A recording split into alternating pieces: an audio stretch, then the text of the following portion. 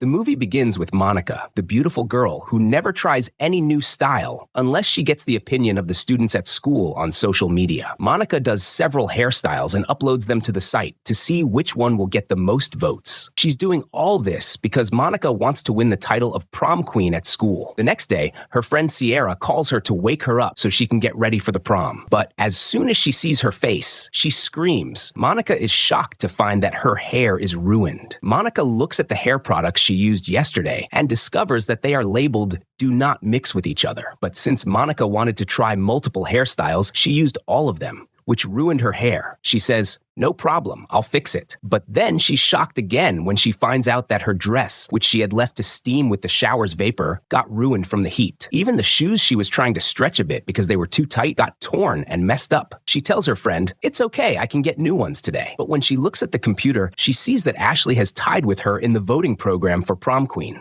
While she's talking with Sierra, she gets a call from the DMV office, and the lady tells her, "Your driving test appointment is the same date, but next year." Monica says, "Impossible. That won't work because next year I'll be in college and I'll need a car to get around. Isn't there any sooner appointment?" The lady tells her, "There's one today at 2 p.m. Monica says, "Great, I'll come at that time." Monica hangs up with her friend and calls Jack, her boyfriend. She tells him, "I need you to come pick me up in your car so we can go around to the salon and the dress shop to fix what's been ruined." But Jack tells her, "Sorry, babe, I have volunteer work at the orphanage, and you know they rely on me. Besides, I know you can easily handle this problem. I'll see you tonight at the party." Monica goes downstairs to her loving dad, and as soon as he sees her, he says, "Wow, what an awesome hairstyle." Monica told him, "Awesome? Not at all. My hair and my dress are ruined. Literally, Dad, my whole day is ruined." So her dad said, "Sweetheart, I'll take a day off work today and help you with all of this." But Monica said, "You work in the hospital emergency department. You can't just skip work like that." Monica goes up to her room, sad and hopeless, but she puts on a necklace and talks to her friend to show it to her. She tells her, "I found it at a pawn shop for just $13, and it's the only thing in my outfit that hasn't been ruined." While they're talking, the doorbell rings, so Monica goes down to see who's at the door. She's surprised to see a woman named Liz, who says, "I'm an FBI officer, and I want to ask you a few questions. Then I'll leave you to fix your hair problem." Monica, the smart girl, closes the door and goes online to search a bit as usual. Then she comes back out and asks, "And which FBI office do you work for?" Liz says, "I work at the office in the city. Anyway, I'm looking for this necklace. Have you seen it?" Monica says, "No, I've never seen it before." Liz says, "Be careful. Lying to the police can get you into a lot of trouble." Monica replies, "No, lying in court is what's wrong. Besides, you're not a cop because there's no office in the place you just mentioned." Liz says, "You're very smart. You caught me. I'm not a cop. I'm a private investigator working for a mysterious client who's looking for her necklace, and she's even willing to pay a big reward for anyone who helps her find it." When Monica sees her car, she says, "Is this your car?" Liz replies, "Yeah. Do you like it?" Monica says, "It's really nice. Come inside. Let's discuss the small details about this necklace." Monica then asks, "And is this necklace really that valuable?" Liz says, "No. Its sentimental value is what's important to my client. Anyway, where is it?" Monica says, "I don't know. I didn't even tell you that I saw it." Liz replies, "Be careful. I've been playing this investigation game for a very long time, and you won't win against me." Monica says, "Honestly, if you're really a detective, I've got to say you're the worst detective I've ever met." Liz says, "Okay then. I've been in your house for what, 2 minutes? Let me tell you a little about yourself. You're a senior in high school, and you also have a nickel allergy. Plus, your boyfriend is an athlete. Everyone likes him, but he's emotionally numb. You don't have any siblings, and you live alone with your dad. I can tell all of this from the ring on your hand. It's neither gold nor silver. From these photos of your boyfriend showing he's an athlete, and from that middle school certificate on the wall from 3 years ago, which means you're graduating high school this year. Anyway, now hand me the necklace, and I'll make sure you get a nice reward." Monica said, "I don't have the necklace." Liz replied, "Yes, you do. You bought it from a pawn shop 2 weeks ago, and I found out from the shop owner." Monica said, "Fine, you win. Give me a minute. I'll be right back." Monica goes upstairs to get ready and puts the necklace in her makeup box, then comes back down to Liz. She says, "Actually, I know where the necklace is, and I don't want a reward. What I want from you is to drive me to a few places in your car." Liz says, "Deal, but put on a hat to cover that messed up hair of yours." On the other side, we see a man in a suit walking into the pawn shop, asking the owner about the necklace. From his facial expressions, it's clear his intentions are definitely not good. We cut back to Monica, who's now riding with Liz in the car as they start running Monica's errands. Monica says, these radar jammers and surveillance devices in your car aren't legal. If the police catch you, you're done for. And what's this gun? Is it real? Liz replies, no, it's just a taser. When Monica tries to press the red button in the car, Liz stops her and says, haven't you ever watched movies? You never press the red button. Monica tries to use her data to check the prom voting results online, but Liz tells her the car is bulletproof, which blocks the signal. They stop at a red light, and Monica says, hide me from those guys. I don't want them to see me looking like this, especially in this ugly car. Liz says, oh yeah, you told me that, then rolls down the window and teases the guys so they can see Monica. She tells the guys, turn down your music or you'll be arrested for causing a disturbance. But the guys ignore her and throw their drink onto the ground. Here, Liz turns on the siren and chases after them to stop them. She tells them, I have a camera in my car that recorded what you did, so if you don't go back and clean up your trash, I'll fine you. Meanwhile, we see the evil man in the suit on his way to Monica's house, and it's clear he's about to cause some serious trouble. Back to Monica and Liz. They arrive at the mall, and we see just how social Monica is and how much all the students love her. Then Monica stops to chat with a guy, giving him some sweet talk, and then she asks him, you're going to vote for me, right? He asks her. But first, who's that with you? Monica replies, this is Aunt Hilda, and she's colorblind. Even though Liz was annoyed, she played along and said, imagine me standing at traffic lights for hours, not knowing whether to go or stop. Then Monica meets her friend Sierra, who's upset because she still can't figure out how to coordinate her outfit colors. Hilda says, I wish I could help you, dear, but unfortunately, I'm colorblind. Sierra says, a lot of students have joined the application process for the state university. You're coming with us, right? Monica replies, let's talk about that later, and walks away. Liz asks her, what's this about the university? Monica says, everyone I know will be going there, and I want to go somewhere where no one knows me, so I'll go to a different university. Monica arrives at the beauty salon, but the girl there tells her, your appointment passed a long time ago. Take a new number. Liz tries to help her, but ends up arguing with the girl at the salon. Monica pulls her out and asks her, have you seriously never been to a beauty salon before? Liz replies, no. Monica asks, then who cuts your hair? Liz answers, I do. Monica responds, well, yeah. It shows. Meanwhile, we see the evil man in the suit breaking into Monica's house to search for the necklace. Back to Monica. She and Liz go to the shop where Monica bought her dress so she can return it. While there, Monica keeps taking photos of sunglasses to post online and see which ones the students think look best. Liz told her, best sunglasses? Girl, these are way too expensive. Monica said, okay, just try them on. And when Liz saw how good they looked on her, Monica said, that's what you're paying all that money for. Then the store clerk came over, and Monica said, this dress of yours is ruined, and I want to return it. But Liz couldn't stay quiet. She kept teasing Monica, saying, what did you even do to this dress, girl? Monica told the clerk, I didn't do anything. It just melted on its own. But Liz kept pushing until Monica finally admitted, I steamed it with the shower, and I don't know why it turned out like this.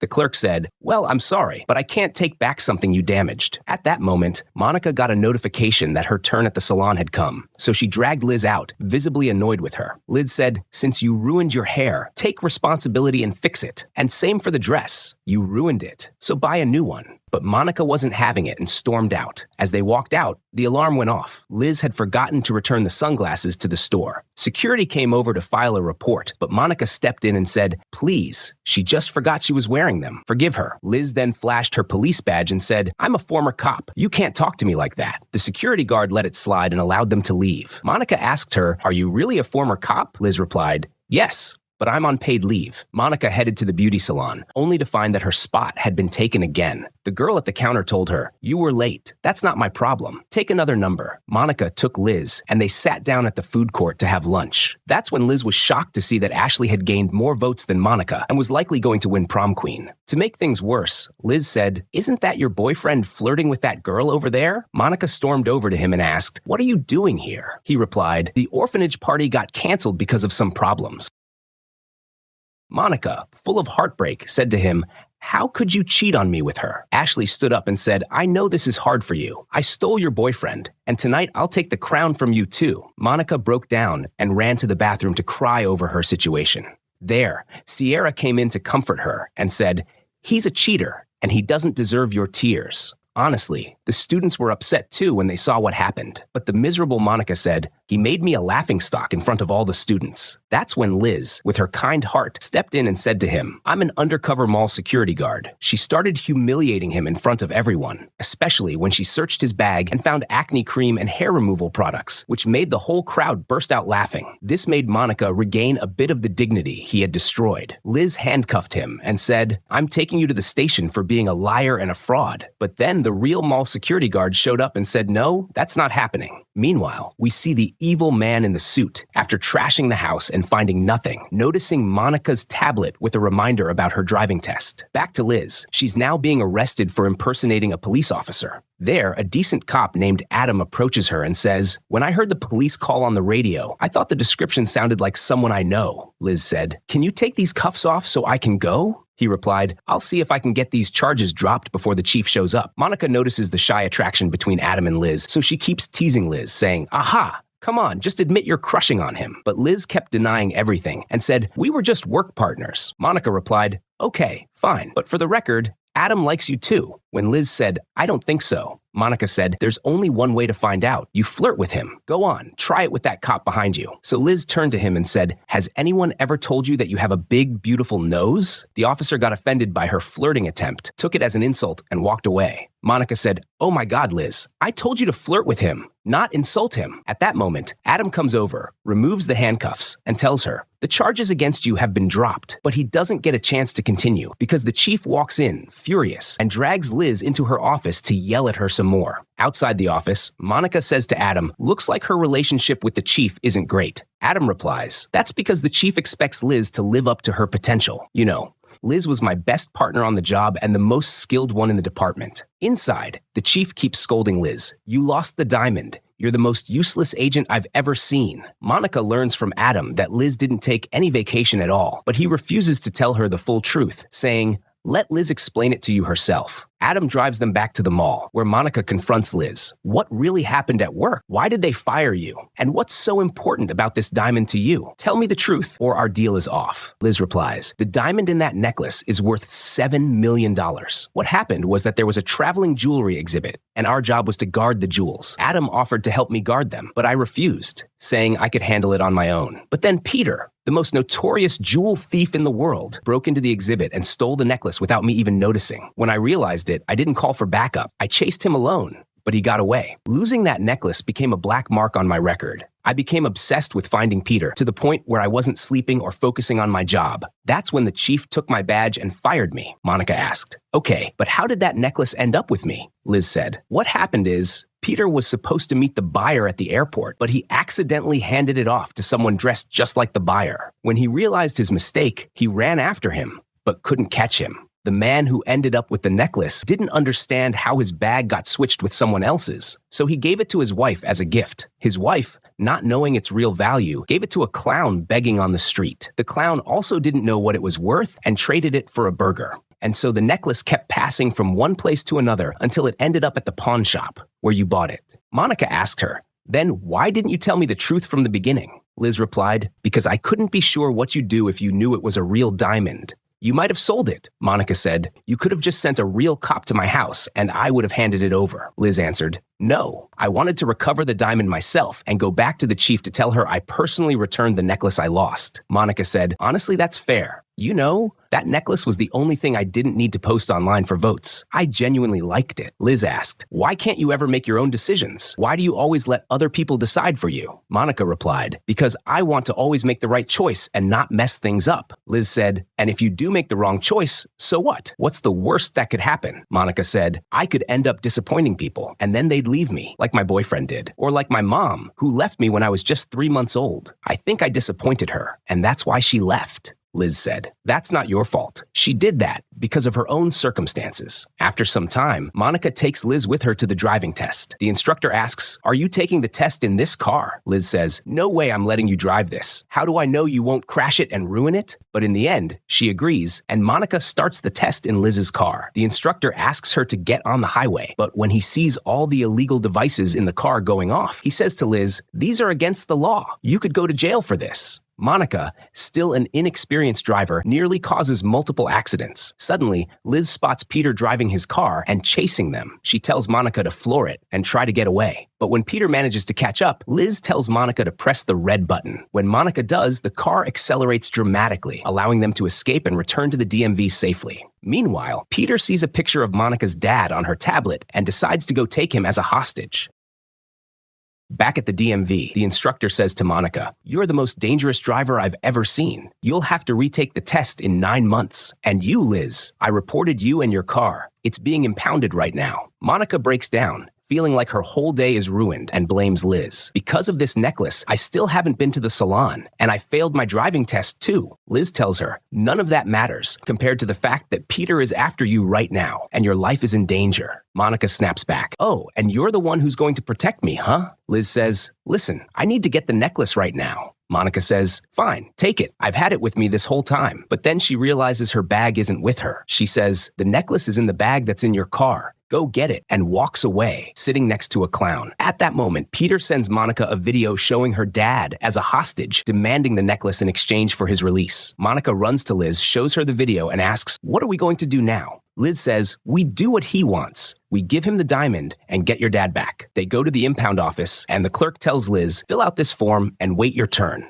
Liz says, "No, I need the car immediately." But the clerk insists, "Fill out the form and wait your turn. I'm not bumping anyone for you." Liz and Monica sit in the waiting area. Monica says, "I can hack into the DMV database and get your car released, but I need the password." Liz replies, "The password is probably Bobby. Most people use their pets' names, and that guy has a dog named Bobby." Liz then distracts the clerk so Monica can get to the computer and change the car's records. To keep him occupied, Liz starts flirting with him, which works. He gets flustered and starts giving her smooth compliments. Meanwhile, Monica successfully updates the system to authorize the car's release. The clerk, clearly smitten with Liz, says, "Wait, let me look up your car for you." After searching, he says, "Looks like your car is already cleared for release," not knowing that Monica was the one who authorized it. Monica and Liz take the car and drive off, thrilled that they're finally going to save Monica's dad from Peter. But when Monica searches for the necklace, she can't find it, then suddenly remembers she accidentally swapped bags with Sierra. Monica takes Liz to the park where Sierra is having her graduation photo shoot. But since cars aren't allowed inside, they rent a bike to get there. Monica, still a terrible driver, crashes the bike into a tree with Liz. At that moment, her boyfriend sees her and says, "I want to get back together with you. Ashley turned out to be too much to handle, and I'm sick of her." Ashley, overhearing this, says, "You want to leave me for her?" He replies, "What's wrong with her?" Ashley says, "Can't you see how she looks? And that old lady with her too?" Liz gets offended at being called old and walks toward them, intimidating them until they back away so much they fall into the lake, ruining their clothes. Monica and Liz then rush to Sierra, grab the necklace from her, and head to the place where Peter is waiting. On the way, Monica says, "You know, we could call the police to help us." But Liz replies,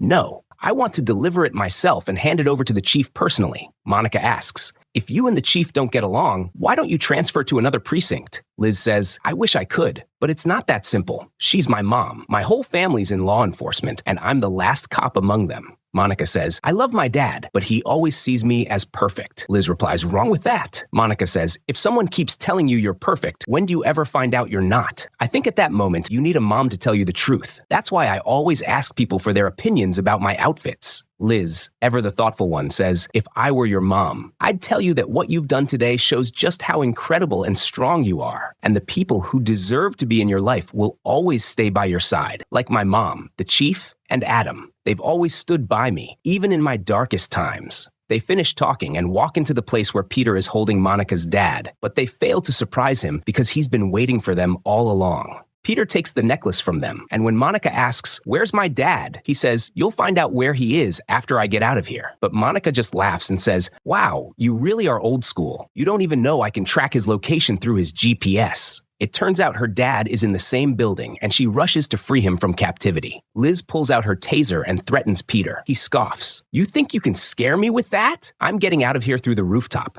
You can't stop me alone." But Monica steps up and says, "Too bad for you. She learned from her mistakes this time and already called the police." There's no escape. And sure enough, when he tries to run, Liz stuns him with a taser, and they hand him over to the cops. At the station, Liz hands the necklace to the chief, her mom, who is overjoyed at her daughter's success. She gives Liz back her badge and welcomes her back to the force. While everyone celebrates, Monica gets a notification that her salon appointment is finally ready. Liz says, "Come on, let's go." But Monica says, "Forget it. It doesn't even matter anymore. I'll never be prom queen anyway." Liz tells her, "Oh no, you're going. This is a once-in-a-lifetime day, sweetheart." Monica says, "But I don't even have a dress." Liz smiles and says, "That's an easy fix." She takes Monica to the police evidence room where confiscated clothes are stored so she can pick a dress. And honestly, at that point, it feels more like a royal boutique than a police station. After Monica puts on the dress, Liz clasps the necklace around her neck and says, "Now you're a true princess." But she adds, "You're not going alone. The whole police department is coming with you to protect the necklace from getting stolen." And that's exactly what happens. Liz and the entire squad escort Monica to the prom. There, Sierra meets her and says, "You won. You're prom queen." Thanks to the video of her boyfriend cheating with Ashley going viral, which made everyone pull their votes from Ashley, Monica walks into the prom, takes the stage, and receives her crown. Then she grabs the mic and addresses the crowd. "Today, I want to thank someone very special, someone I spent the entire day with. Liz taught me something really important. We don't need to take a vote for every decision in life because perfection is overrated. The people who truly love and care about you will never leave your side." She then steps down and shares a heartfelt dance with her loving dad, who has always been by her side. At the same time, Liz takes a big step and asks Adam to dance, sparking what looks like the start of a sweet love story. The film ends with all the students dancing and celebrating their graduation, while Monica realizes she's found the mother figure she'd never had in Liz. And that's the end of our recap. Don't forget to like the video, subscribe to the channel, and leave your thoughts in the comments so we can discuss the movie together. Goodbye, and see you in the next recap.